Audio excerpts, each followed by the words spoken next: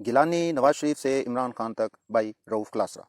वही हुआ जिसकी कम अज़ कम इमरान खान और उनके हामियों को तवक्को नहीं थी। एक और साबिक वज़ीर आज़म इस वक्त अदालत के रहम करम पर है। बज़ाहिर एक और वज़ीर आज़म को तौहीन अदालत केस में सज़ा हो सकती है, जैसे कभी यूसुफ रज़ा गिलानी को हुई थी। अदालत ने 2 समातों के बाद इमरान खान पर फ़र्द जुर्म आयद करने का फैसला कर लिया है, क्योंकि उन्होंने अदालत से अपने उन रिमार्क्स पर माफ़ी मांगने से इनकार किया जिसकी वजह से उनके खिलाफ कार्रवाई हो रही थी।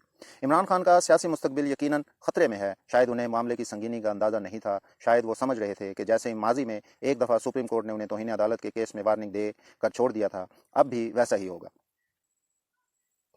पाकिस्तान की तारीख पर नज़र डालने से अंदाज़ा होता है कि हर दौर में सियासतदान एक दूसरे के खिलाफ ऐसे एक्ट करते रहे हैं। यही सियासतदान एक दूसरे को सजाएं दिलवा कर नाअहल कराते रहे हैं। पहले ये काम नवाज शरीफ और बेनज़ीर के दरमियान बड़ा अरसा चलता रहा।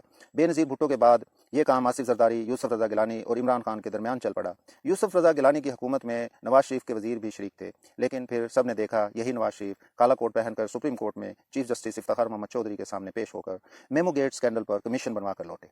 इमरान खान ने भी गिलानी साहब के खिलाफ एक पटीशन फाइल की, जिसमें गिलानी साहब को सुप्रीम कोर्ट के एक बेंच ने तौहीन अदालत पर सजा दी थी, लेकिन उन्हें वज़ीर आज़म के ओहदे से नहीं हटाया।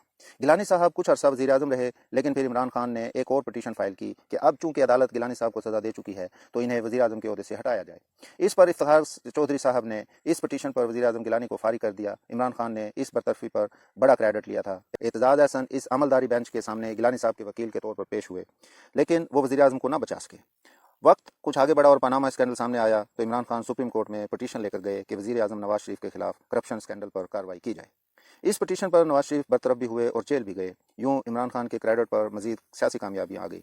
खान साहब अपने तय मुल्क में कानून की बालादस्ती के लिए काम कर रहे थे। वो इस मुल्क की आखिरी उम्मीद थे जो सबके खिलाफ अकेले लड़ रहे थे।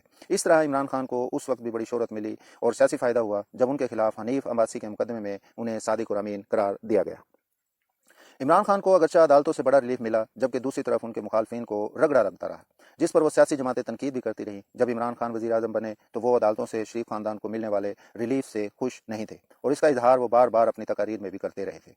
बल्कि कई मौक़े पर तो मुझे ऐसा महसूस हुआ कि कहीं कोई अदालत इमरान खान को तौहीन अदालत का नोटिस न भेज दे, लेकिन इमरान खान हमेशा यही समझते रहे कि वो जो भी करते हैं वो हक और सच होता है। इसमें कोई शक नहीं कि वो बहुत खुशकिस्मत रहे और उनके सब काम सीधे होते चले गए। लेकिन मेरा ख्याल है इंसान को अपनी किस्मत पर भरोसा नहीं करना चाहिए, क्योंकि ये किसी वक्त भी धोखा दे सकती है। एक वक्त था किस्मत भुट्टो का साथ दे रही थी। वो मुल्क के मार्शल एडमिनिस्ट्रेटर के साथ साथ वज़ीर आज़म भी बन गए। अपने इब्तदाई 3-4 वर्षों तक वो ताकतवर तरीन इंसान थे, लेकिन फिर किस्मत साथ छोड़ गई और भुट्टो फांसी जा लगे। यही किस्मत का खेल हमने नवाज शरीफ के केस में देखा। उनकी खुशकिस्मती देखें कि पहले वो वज़ीर आला पंजाब रहे और फिर 3 दफ़ा वज़ीर आज़म रहे, लेकिन फिर वही हुआ कि एक दिन किस्मत उनका साथ भी छोड़ गई और वो ना सिर्फ वज़ीर आज़म के ओहदे से बरतरफ हुए बल्कि जेल भी गए। 4-5 साल होने वाले हैं, वो अभी तक इस केस से बरी नहीं हो सके और अब लंदन में मफरूर जिंदगी गुजार रहे हैं। इमरान खान के इर्द गिर्द मौजूद खुशामदी हजूम ने उन्हें एहसास दिला दिया है कि वो बहुत गैर मामूली इंसान हैं और कोई अजीम काम करने के लिए पैदा हुए हैं। वो गलत बात कहते हैं, न गलत काम करते हैं, लिहाजा वो जो भी कहते या करते रहें उनसे कोई जवाब तलबी नहीं हो सकती। इस खुशामद की वजह से वो बहुत से लोगों और इदारों से सींग फंसा बैठे, जिसका नतीजा हमारे सामने है। अब तौहीन अदालत का मामला अदालत में एक माफ़ी मांग कर ख़त्म किया जा सकता था, लेकिन आप एक ऐसी स्टेज पर पहुँच जाते हैं जहां आपकी अपनी ज़ात से मोहब्बत इस सतह पर पहुंच जाती है जहां एक लफ्ज़ माजरत या मुआफ़ी आपके लिए इतना बड़ा हो जाता है कि आप इस पुल को अबूर नहीं कर पाते। आपको लगता है अगर आपने माफ़ी मांग ली तो आपकी ज़ात को बड़ा खतरा लाहक हो जाएगा। आपके लाखों फ़ैन और चाहने वाले क्या समझेंगे कि आप डर गए। जब आपको बार बार ये बताया जाए कि आप पाकिस्तान के सबसे पॉपुलर लीडर हैं और आपको कोई हाथ लगाने की जरूरत नहीं कर सकता, तो आपकी शख्सियत में वो तब्दीलियां आती हैं जो आपके ज़वाल का सबब बनती हैं। तो क्या किस्मत अब इमरान खान का भी साथ छोड़ रही है, जिसे वो समझने के लिए तैयार नहीं है, जैसे भुट्टो और नवाज शरीफ का साथ छोड़ गई थी? या इमरान खान समझते हैं कि वो इस मुल्क में बहुत मकबूल हैं, लिहाजा कोई भी अदालत या जज उन्हें सजा देते वक्त बहुत कुछ सोचेगा?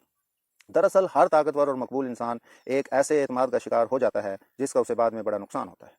बात वही है कि बड़ा आदमी यही समझ रहा होता है कि इस पर कभी जवाल नहीं आएगा। यही एतमाद उसके जवाल का सबब बनता है। मुझे याद पड़ता है कि जब अमेरिका में बिल क्लिंटन और मोनिका लेविंस्की का स्कैंडल सामने आया था तो इस पर अंग्रेजी के जरीदे टाइम्स ने एक खसूसी रिपोर्ट तैयार की थी कि आखिर बड़े लोग स्कैंडल्स में कैसे फंस जाते हैं। ये बड़े लोग तो बड़े समझदार होते हैं, फिर इनसे क्या ऐसी गलती या गफलत हो जाती है जिसकी वजह से वो मुसीबत में फंस जाते हैं और जवाल पजीर हो जाते हैं। इस रिपोर्ट का खुलासा ये था कि हर बड़ा आदमी एहतियात का दामन छोड़ देता है। वो समझता है कि जिस तरह माजी में वो गलत सही करता रहा اور سب نتائج اس کے حق میں نکلے، لہٰذا اب بھی وہ جو کچھ کرتا رہے گا اس کا کوئی کچھ نہیں بگاڑ سکے گا۔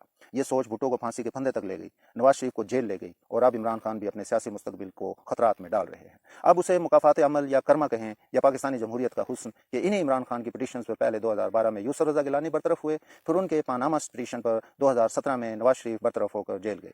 آج وہی عمران خان خود یوسف رضا گیلانی اور نواز شریف کی طرح عدالت کے سامنے مجرم بن کر کٹہرے میں کھڑے فیصلے کا انتظار کر رہے ہیں۔